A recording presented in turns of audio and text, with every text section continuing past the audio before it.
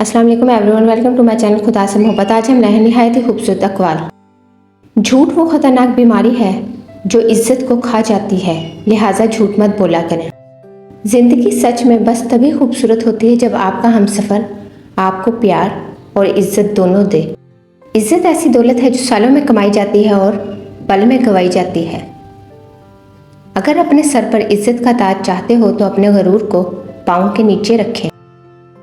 इज़्ज़त हमेशा इज़्ज़तदार लोग ही देते हैं, जिनके पास खुद इज़्ज़त ना हो वो दूसरों को क्या इज़्ज़त देंगे। वक्त, एतमाद और इज़्ज़त ऐसे परिंदे हैं जो उड़ जाएं तो वापस नहीं आते। लहजे की खूबसूरती आपके एहतराम और कदम इजाफे का बाइस बनती है।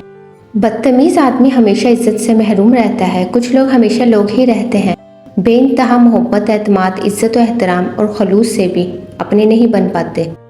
इज़्ज़त जितनी दोगे मोहब्बत इतनी गहरी होगी। इज़्ज़त के बगैर मोहब्बत का कोई वजूद नहीं, क्योंकि रिश्ता कोई भी हो इज़्ज़त के बिना बेकार है।